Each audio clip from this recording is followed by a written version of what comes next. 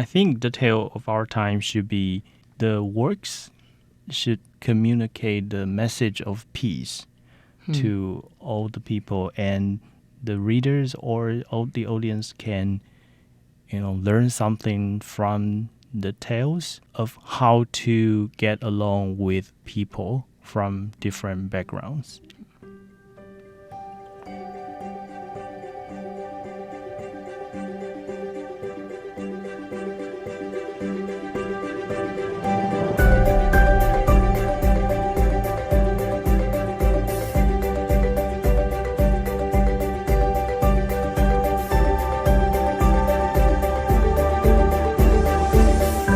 Hello, everyone, and welcome to Tales of Our Times. This is a show where we discuss the stories that move us, what makes them so meaningful, and why others could or should find meaning in them as well. We tackle books, movies, comics, and more. Where there's a story, there's a reason to read.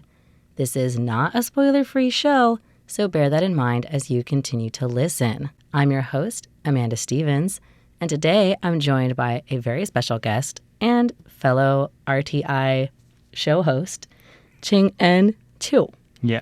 Hi, everyone. My name is Ching-En Chiou, and I'm one of the English hosts here at Radio Taiwan International. I co-host Formosa Dreamchasers with Marianne Shoko, where we talk about brilliant people about their journeys, working towards success, and the process of achieving their goals. And before coming to RTI, I worked as project coordinator in a local NGO, and I've also spent quite a few years studying Anglophone literature and cultural theory in school. And it's my pleasure to be on the show in Tales of Our Time to share one of my favorite stories. I think it shows. I didn't know that you studied those things Yeah. before I heard this intro, but it shows. And I mean that in a good way. If you haven't yet checked out Formosa Dreamchasers, definitely do. It's a show that always gives me like that warm feeling. It's with our other RTI shows on rti.com, and it comes out every Sunday. Anyway, what story have you brought for us today? Yeah, okay. So today I picked this very queer and quirky gothic romance called Cereus Blooms at Night. Cereus is a species of cactus. It's a novel and written by a Indian, Trinidadian, Canadian lesbian writer called Shani Mootoo. It was first published in 1996. Yeah. She's a very intersectional lady, and I think it bleeds into the work. And in her work, it's like a mingle a lot of immigration history and gender sexuality and also like Indian diaspora in Canada. Yeah, like the overseas Indians. Yes. The themes that I saw pop up when I saw the title of this book were insane. Like there's just a lot that people have to say about this book. There's a lot of like ideas and like essays and like connections that people have made. And I think that like that's really influenced by who she is. Yeah. As a person. So let's get into it without further ado. Could you give us a summary of Cereus Cereus Blooms at Night?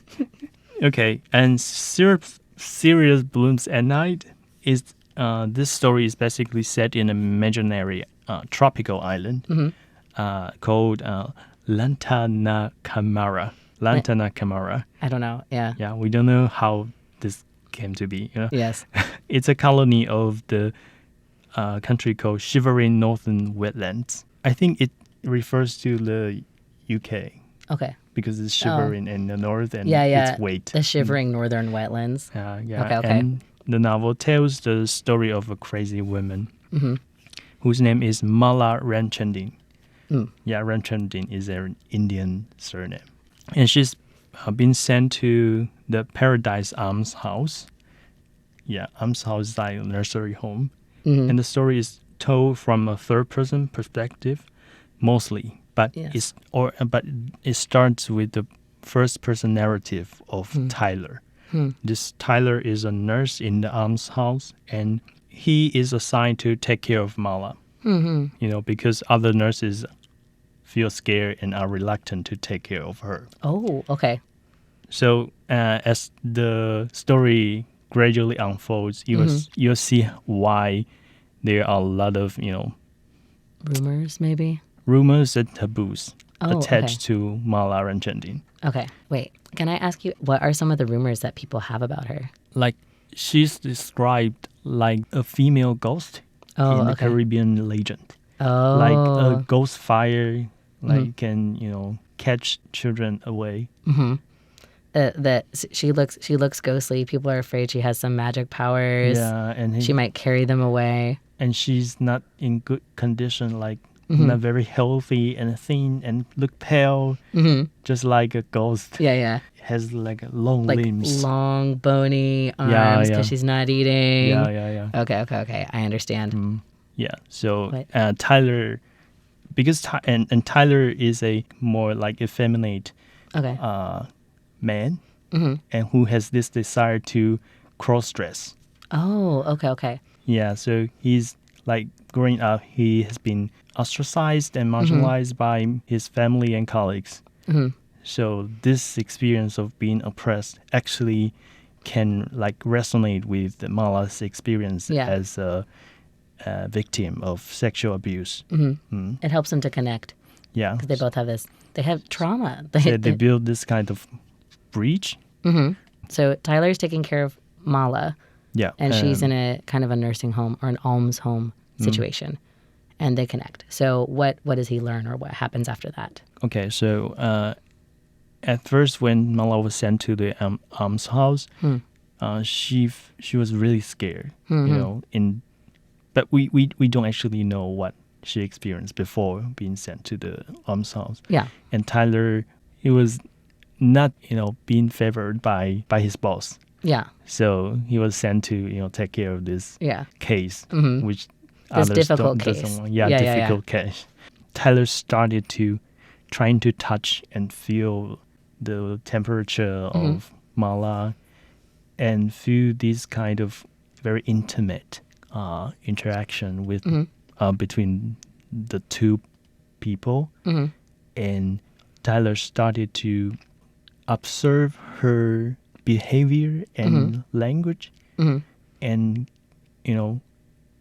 magically they have certain kind of chemical. Oh, okay. And so there's Tyler a little magic. Yeah, kind of magic, and Tyler can kind of read the mind of Mala. Okay. And Tyler, and there are a lot of some visitors and also other memories of Tyler, like being a child. That kind of, he starts to make the puzzle. Yeah. He starts to put it together. Yeah, put it together to see a whole picture of what Mala like what happened suffered. to Mala, what she's gone through. Yeah, Mala was actually bullied by her father, and her father got insane because his wife eloped with someone else. Yeah, and that person is actually the girl who Mala's father he loved her, fell in love with. Oh, so his wife ran off with like his first love. Yeah. Oh, so hard pill to swallow for someone. Yeah, and there are a lot of more complex family history because Mala's father, Ranchandin was adopted by a white family called Reverend Thoroughly. So he's a member of the church. Yeah, member of church, but he is like Indian, so he has brown skin. So he was not really treated equally. And this woman, eloped with his wife is actually the daughter of the Reverend. But he was like forbidden to fall in love with her this for woman. A bunch of reasons. One, their adopted family, and also those racial dynamics in the context of colonialism. Yeah, definitely. This kind of relation is more based on dominance. Yeah. Does this novel take place in current times, or is it a little bit in the past? We don't know actually about the time. It's just kind of a mystery. Yeah. Nebulous. Yeah. Okay. So how does the story end? Tyler connects with Mala and he kind of learns her family history. That like she was abused by her father, who had this really complicated relationship or a lack thereof, and then took it out on his daughter, I'm guessing. Towards the end, like what happens?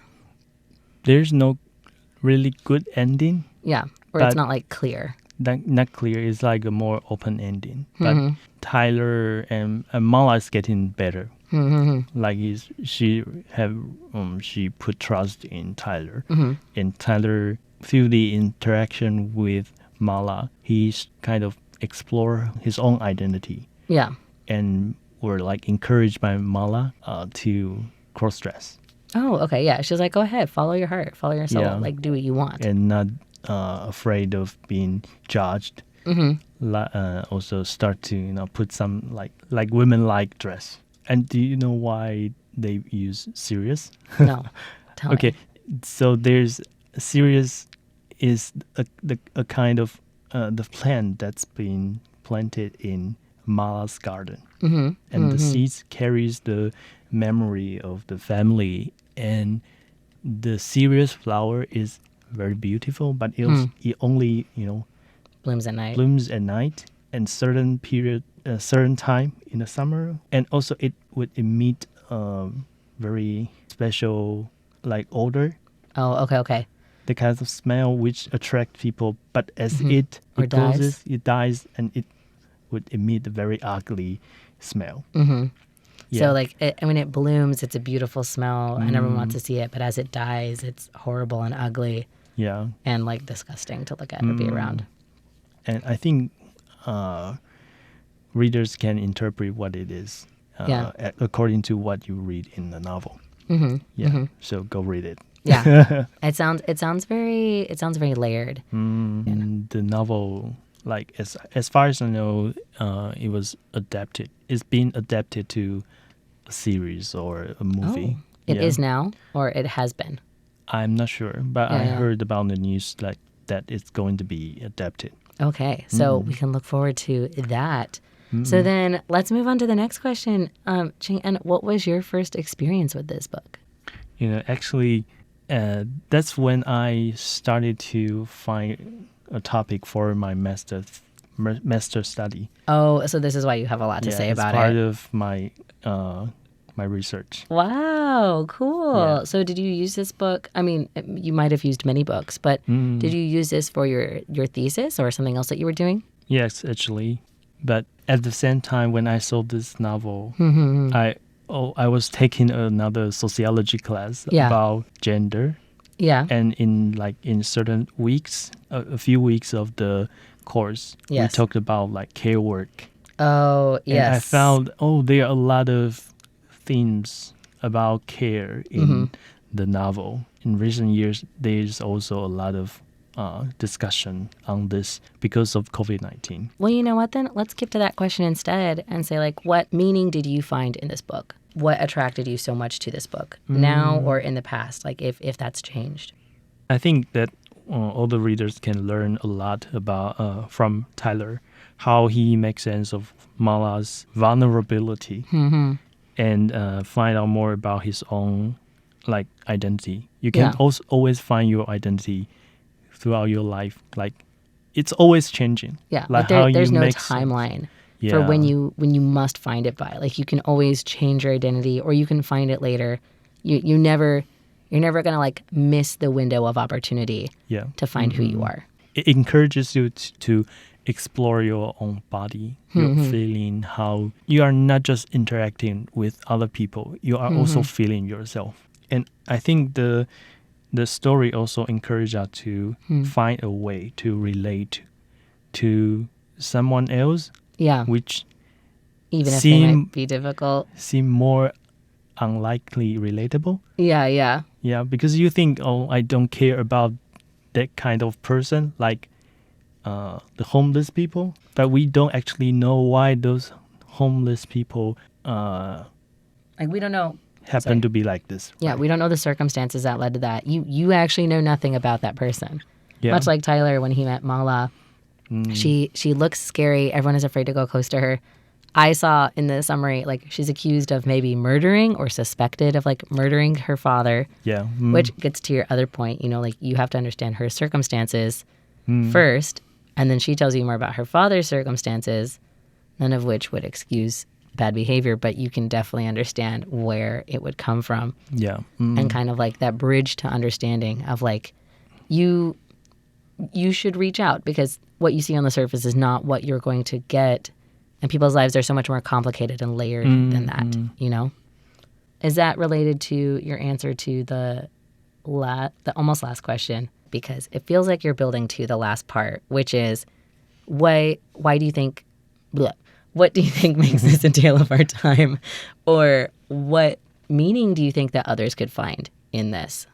Okay. And I think this story reminds us to pay more attention to others' plight and learn to empathize and think deeply about why the world became what it is right now. Like, in the past few years, we've seen a lot of casualties and death happening in like Ukraine and the Middle East, and climate crisis, especially in the U.S., in California. Well, not just there, like also in like the islands that are like slowly being like covered in water. Yeah. I think by reading this novel, you can have more imagination about how the world can be. And as you know, there are a lot of chaos that might be happening in where we live now. But we don't spend enough time to sit down and really listen to others' opinions and to dip into their experiences. Because we are so different, but we should find a cohesion.